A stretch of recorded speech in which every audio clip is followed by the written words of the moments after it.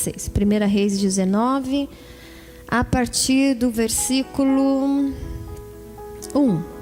Quando Acabe contou à rainha Jezabel o que Elias havia feito e que ele tinha matado os profetas de Baal, ele mandou este recado a Elias: você matou meus profetas e agora eu juro pelos deuses que vou matar você amanhã a esta hora. Então Elias fugiu para salvar a sua vida. Foi para Berseba, uma cidade de Judá, e deixou ali o seu criado. Depois foi sozinho para o deserto, viajando o dia inteiro, e sentou-se debaixo de uma moita de zimbro e ali orou, pedindo a morte. Você imagina, queridos? Então o que eu quero comentar com você? Que na mesma hora que a gente está determinado, cheio de força em Deus, confiante, o Senhor vai fazer, o Senhor me curou, Ele prometeu. No outro dia a gente já, ou passa-se alguns dias, a gente já está meio desanimadinho, uma luta nova, a gente já perde um pouco o foco. E normal para nós, condição normal de ser humano, que aconteceu isso com Elias. Elias foi todo cheio de força, venceu a batalha, provou que o Deus de Israel era o Deus vivo, e de repente ele estava com medo de morrer por uma mulher. E aí ele foi e fugiu. E aí que entra o cuidado do nosso Deus. Então, por isso que eu vou deixar um conselho aqui para nós. Quando uma pessoa estiver meio desanimada, a gente tem uma mania muito ruim de lidar com isso. A gente, na intenção de ajudar, a gente começa a dizer coisas que mais magoam a pessoa, que mais aborrece a pessoa do que anima. Então vamos ter paciência, vamos ter amor, vamos ter palavras boas, vamos realmente animar e não dizer para ela o que ela fez de errado, por isso que ela está nessa situação. Então fica a dica para você. Quando você vê alguém desanimado, abrace, ore, chore em oração com ela, para que realmente ela sinta o seu cuidado, porque ela não precisa de mais alguém dizendo para ela o que ela fez que não deu certo, viu?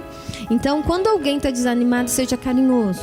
Elias naquela época estava muito parecido conosco antes dessa pandemia. Estava muito ocupado, sabe? Cuidando das coisas de Deus, é verdade, mas ele estava muito ocupado. E o nosso Deus, ele nos deixou o exemplo de ser ocupado. No 7º dia ele descansou.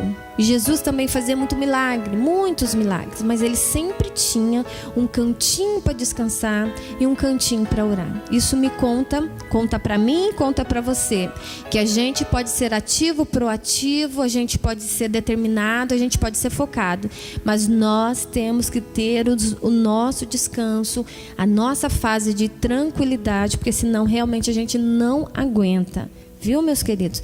E eu acredito que aconteceu isso com Elias. Ele estava muito envolvido. E quando veio a notícia, ele já estava muito cansado, ele preferiu fugir. E aí entra o carinho de Deus. Em 1 Reis 19:5. 1 Reis 19:5. Então deitou-se debaixo da moita de zimbro e dormiu, depois que ele falou: não estou afim de viver, eu quero morrer. Foi isso que ele fez. Enquanto dormia, um anjo o tocou e disse: levanta-se e coma. E ele olhou em redor e viu um pão que estava assando sob pedras quentes e uma garrafa de água. Assim comeu e bebeu e deitou-se outra vez. Então quer dizer que o anjo deu mais um tempinho para ele descansar mais um pouco, né? Ele dormiu de novo. O anjo do Senhor voltou depois e tocou de novo nele, dizendo: levanta-se e coma alguma coisa, porque você tem uma longa caminhada pela frente. E o que Deus fez por ele através do anjo? Levou comida, levou pão, cuidou do físico dele, trouxe força novamente para o corpo de Elias, que estava esgotado. Então, quando a gente for fazer alguma coisa por alguém, observe as condições à volta dele primeiro, querido. Não adianta a gente apresentar um maná do céu sem a gente dar uma estrutura para a pessoa. Não adianta falar de Jesus se a barriga dele está roncando de fome. Não adianta falar de Jesus se ele não tem um lugar para descansar, um aconchego, um banho quente. Então, que o Senhor tenha misericórdia de nós enquanto igreja e que nos ajude a observar essas coisas e essas necessidades, tá bom? Então, primeiro lugar, há uma necessidade de você cuidar do outro fisicamente. Traga para ele o que ele necessita. 8.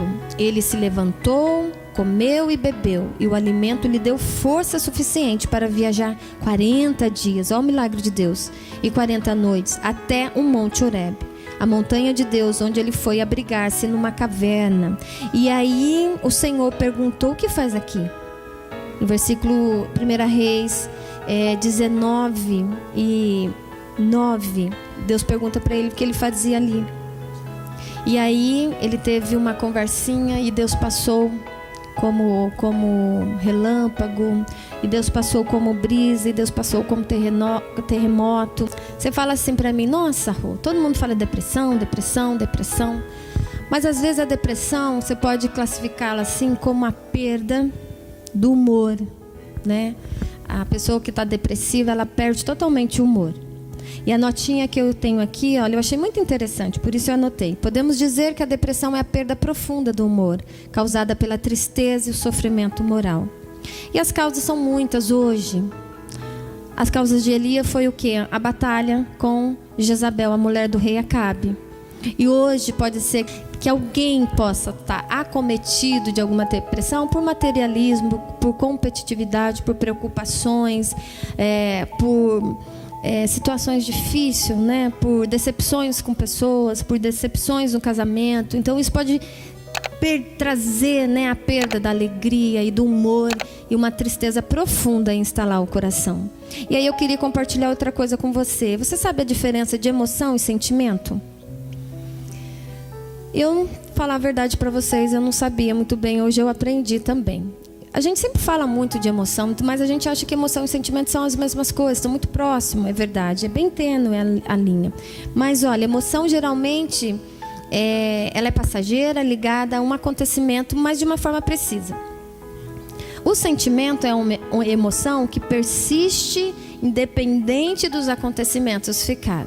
Então eu vou dizer um exemplo assim para você. Por exemplo, aí no exterior é muito comum bombas explodirem, né, e tal e tal. E as pessoas por um tempo ficam com medo, mas aquele medo passa. E conforme o tempo vai passando, elas voltam e transitam naquele lugar, uma vez que foi, né, explodido e muita gente morreu. Então assim, o medo instantâneo é a emoção, a gente poderia dizer. E o sentimento é aquele que fica. Então, quando alguma coisa muito ruim nos acontece, a gente fica com aquele medo, o coração, né, sofre. O tempo vai passando, as coisas vão ficando mais organizadas. O que ficar dentro do seu coração, esse é o sentimento. Então, a emoção ela é aflorada, o sentimento é persistente. Tá bom? Espero ter sido clara para você ter aprendido mais um pouquinho que eu aprendi com isso. Por que eu estou dizendo isso? Para você avaliar se realmente são emoções fora do lugar ou se realmente são sentimentos estabelecidos dentro de você. Tá bom? Se é um medo, se é tédio, se é ansiedade. Tudo isso eu creio que vai passar por conta da gente estar se organizando novamente. Tá ok? E aí a gente volta para Elias de novo. Quando Deus falou para ele em 19:8 que 7.000 pessoas tinham ficado e não tinha se prostrado ao Deus Baal, Elias ficou mais feliz. Ele estava se sentindo muita pena. O pastor também falou aqui para a gente não ficar nos colocando num lugar de vítima. Porque Elias falou assim: Deus, eu tenho trabalhado tanto para o Senhor, trabalhei, me desgastei, o que aconteceu? Ninguém ficou comigo, eu fiquei sozinho e tive que fugir. E ele não sabia que Deus tinha conservado 7.000 pessoas como remanescente, intercessores pela vida dele. Muitas vezes vocês podem estar triste e amargurado, porque você ora tanto por alguém, você peleja tanto por alguém e nada acontece. Mas a palavra de Deus diz em Zacarias 4:6 que não é por força nem por violência, mas é pelo Espírito de Deus. É Ele que vai fazer a transformação, é Ele que vai conduzir as pessoas. Se você está desanimado de tudo que eu tenho falado aqui, você fala: você não conhece a minha luta, eu tenho lutado tanto por alguém, e esse alguém não me escuta, esse alguém não me valoriza, esse alguém, meu filho não dá ouvido, eu tenho orado pelos meus pais. Mas não desanime, querido, seja intercessor, quem vai fazer a obra, o convencimento é o Espírito Santo. Quando Deus falou com Elias, quando Deus se apresentou a Elias lá no monte, eu achei 3 atitudes muito importantes de Deus para a vida de Elias, e a gente precisa seguir esse exemplo. Primeiro, Deus deu um tempo de descanso para ele, que eu falei para você. O anjo por 2 vezes tocou em Elias e deu pão e água para ele. Ele dormiu, o anjo levou pão e água. E o anjo deixou ele dormir novamente e levou pão e água novamente para ele. Então Deus cuidou da canseira física dele. Depois Deus trouxe palavras carinhosas, palavra de ânimo, dizendo para ele que ele estava com ele, para ele não temer. Tipo assim, o que eu comecei a fazer através de você, eu vou terminar, Elias, fica tranquilo. E a terceira atitude que Deus deu para Elias foi um amigo especial. E quando a gente está muito triste, numa dificuldade muito grande, que só Deus sabe como, a gente sorri muito, mas no secreto do nosso coração, só Deus sabe como que a nossa alma está, né? Por isso que a gente precisa de amigos mais chegados que irmão. E Deus preparou um amigo lindo para Elias, e ali o ministério de Elias começou e deslanchou. E se você for ver depois o resto da trajetória da vida de Elias, nunca mais ele se queixou, porque foi um amigo fiel, um amigo maravilhoso que Deus colocou na vida, um parceirão que Deus colocou na vida de Elias para caminhar com ele. Então assim, perceba, de uma dificuldade grande, Deus foi traçando. Talvez você esteja hoje numa dificuldade muito grande. Você, meu adolescente querido, deve estar preocupado com o seu futuro, como que vai ser. O meu pai, a minha mãe, desajustado. Eu estou com medo do meu pai perder emprego, a nossa vida ficar muito difícil.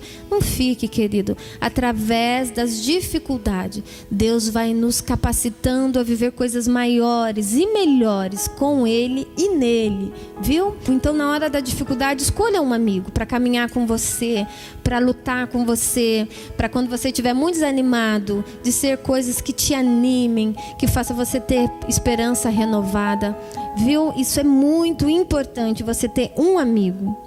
Eu acredito que Deus sempre reserva para nós pessoas carinhosas, pessoas amorosas, para cuidar um pouquinho de nós. E aí entra uma outra questão, que muitas vezes a gente não quer parecer frágil para o outro. Às vezes Deus põe pessoas bacanas no seu caminho para cuidar. Porque eu sempre brinco, Deus não vai enviar anjos para cuidar de você. O anjo que Deus te envia é um ser humano, viu? Então Deus coloca pessoas amorosas no seu caminho para te ajudar a caminhar.